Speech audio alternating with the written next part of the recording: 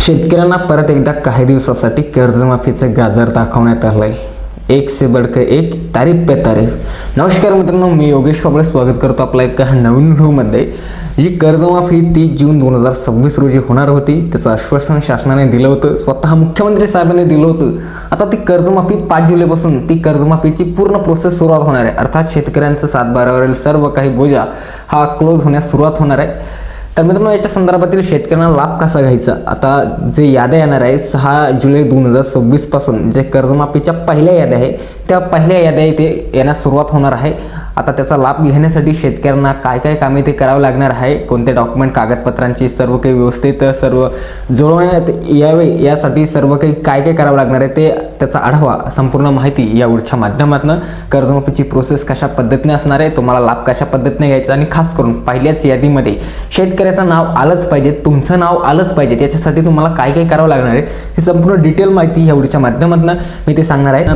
तर पुण्यश्लोक अहिल्यादेवी होळकर नावाने पहिली यादी प्रकाशित होणार ती म्हणजे 6 जुलै 2026 रोजी असं आता मंत्रिमंडळाच्या माध्यमातून आणि सहकार विभागाच्या माध्यमातून माहिती देण्यात आली। तर याच्यासाठी शेतकऱ्यांना काय काय कामे करायचे, तत्पूर्वी जे शेतकऱ्यांनी 2017 मध्ये छत्रपती शिवाजी महाराज योजनेअंतर्गत लाभ पात्र असून देखील लाभ न मिळाले असे जवळपास 6500 पेक्षा जास्तीचे शेतकरी, 6500 शेतकरी, तर याच्यासाठी काय तरतूद, तर ऑलरेडी शासनाने याच्यासाठी 6500 कोटी रुपयाची तरतूद इथे ऑलरेडी जे की छत्रपती शिवाजी महाराज याच कर्जमाफी योजनेअंतर्गत करून ठेवलेले आहे। तर त्यांचा विषय सुटला। आता प्रश्न पडतो ते म्हणजे महात्मा ज्योतिराव फुले कर्जमुक्ती योजनेअंतर्गत पात्र झालेल्या शेतकऱ्यांचं काय होणार, त्यांना आपण सुरुवातीला सांगितलं त्यांना फक्त 50,000 रुपयाचा लाभ इथे मिळणार आहे। आता मेन पॉईंट येतो ते म्हणजे ज्या पुण्यश्लोक अहिल्यादेवी होळकर ज्या कर्जमाफीमध्ये पात्र होणारे शेतकरी त्याच्यासाठी जवळपास 2019 पासून ते सप्टेंबर 2025 पर्यंत थकीत असणं गरजेचं आहे, तरच तुम्हाला 2 लाख रुपयाचा लाभ इथे मिळणार आहे। त्याचबरोबर जे शेतकरी मागील 2 वर्षात रेग्युलर होते त्या शेतकऱ्यांना इथे 50,000 रुपयाचा प्रोत्साहन लाभ मिळणार आहे। तर याच्यासाठी सर्वतः तुम्हाला 2 कामे इथे करावं लागणार आहे, पहिल्या यादीत नाव घेण्यासाठी आणि सर्व काही कर्जमाफीत पात्रतेत बसण्यासाठी। त्याच्यासाठी पहिले तुम्हाला जे तुमचं सेव्हिंग अकाउंट आहे, जे कर्ज खातं आहे आणि तुमचं सेव्हिंग अकाउंट आहे त्याला जे आहे की तुमचं आधार कार्ड हे लिंक असणे गरजेचं आहे। त्याचबरोबर तुमचं आधार कार्ड हे अपडेट देखील असणं गरजेचं आहे। अर्थात आधार प्रमाणीकरण, आधार कार्ड लिंक असणं आणि तुमच्या आधारचे KYC त्या खात्याचे लिंक सर्व काही व्यवस्थित असणं गरजेचं आहे। हे तुमचं पहिलं काम झालं।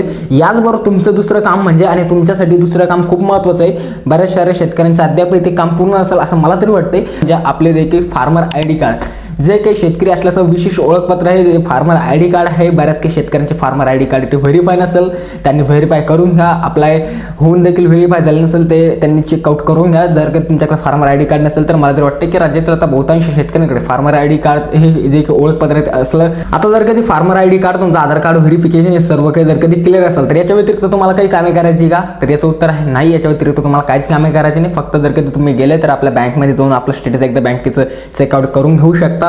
काय नाही, मॅनेजरला अक्षरशः ग्राउंड लेवलवरती विचारपूस करून घ्या आम्हाला पात्रतेत बसण्यासाठी काय करायचं काय नाही, कारण की वेगवेगळ्या बँकेच्या माध्यमातून मॅनेजर्स लोक वेगवेगळे डिटेल्स हे सर्व शेतकऱ्यांना प्रोव्हाइड करत असतात, त्यांच्या हिशोबाने थोडक्यात तसं काम तिथे करा।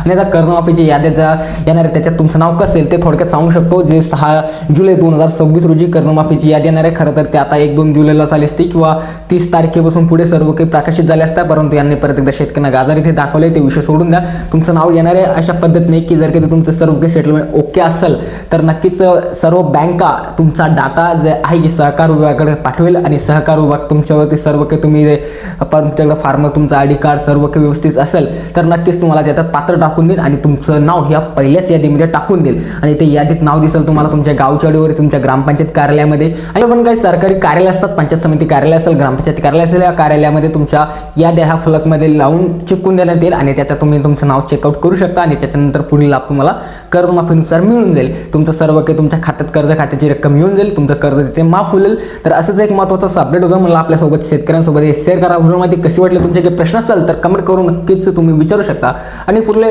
इन्फॉर्मेटिव्ह व्हिडिओ बघण्यासाठी चॅनलमध्ये नक्कीच सबस्क्राईब तुम्ही ते करू शकता। खूप खूप धन्यवाद।